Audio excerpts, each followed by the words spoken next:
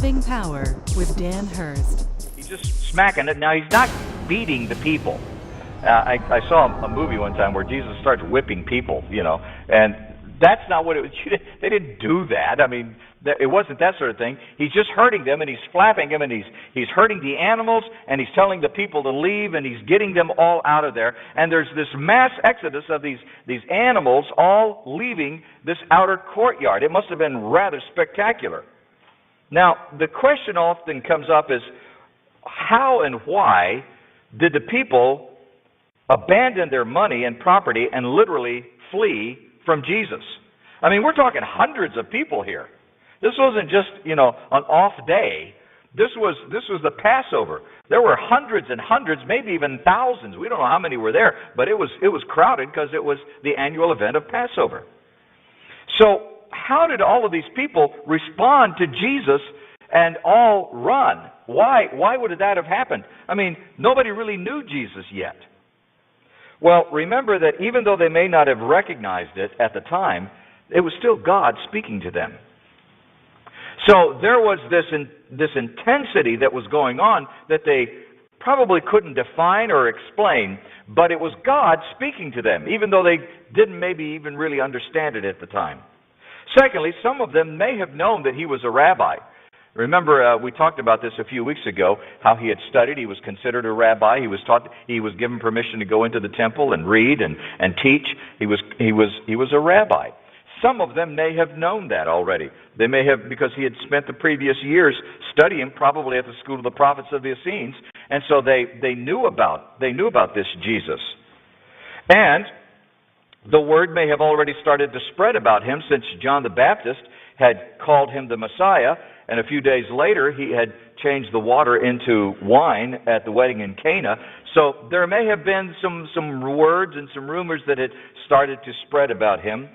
But what I think is significant is that Jesus had this sort of effect on people anyway. He had this ability to connect with people, and people would respond without even completely understanding who he was. Later we'll see, by later, I'm talking maybe a year or two, I don't know. But later we'll see that when Jesus was arrested, right before his crucifixion, in John 18, it says, "Then Jesus, knowing all that would happen to him, came forward and said to them, 'Whom do you seek?'" This is when they came to the garden to arrest Jesus. And they said, "We're looking to arrest," they were going to come for Jesus of Nazareth. And Jesus says to them, "I'm he." Judas, who betrayed him, was standing with him. And when Jesus said to all of them, "I am he," they drew back and fell to the ground. So Jesus had that effect on people. So it's not unusual for us when we understand that this was the kind of effect that Jesus had on people, that in the temple, when he's driving them out of the outer square, it could have been very similar to all of that, and we can understand how Jesus had this intensity and this power to do this. Now, I want you to notice something in the passage that we're studying. Notice that Jesus said, "Do not make my Father's house a house of trade." When he used the words, "my Father," it was a clear reference to his deity. When he said, "Don't do this to my Father's house," by referring to his Father, he was identifying himself as the Son of the Father, the Son of God. And that meant that he was the Messiah. So this must have been quite disconcerting to the Jews who were profaning the temple. And by the way, they knew that it was profane. They knew that that was a violation of what the Scriptures taught. They knew that. It's just that it was a chance to make some money. And it was essentially endorsed by the religious leaders, and so they could get away with it. But for someone to come along and who was reportedly the Messiah, and who calls himself the Messiah by referring to his Father and this temple being his house, must have been rather disconcerting. Now, there were apparently some Pharisees and Sadducees in the area who did challenge Jesus. They didn't fight back, but they did challenge him. We know that because later on in Jesus' trial, they brought this up. They brought this challenge. They asked him, by what authority did he have the right to throw out the money changers? In other words, hey, who told you had the right to do this? Now, they assumed he did it for one of two reasons. They assumed he either did it on his own or he did it by someone else's authority. They knew that it wasn't their authority, and here they were supposedly in charge. See, I mean, that was part of their job, was to run the temple. And so here he was doing this, and they were asking, who gave you the authority? Who gave you the right to do this? Are you doing it on your own, or did somebody give you the authority to do this?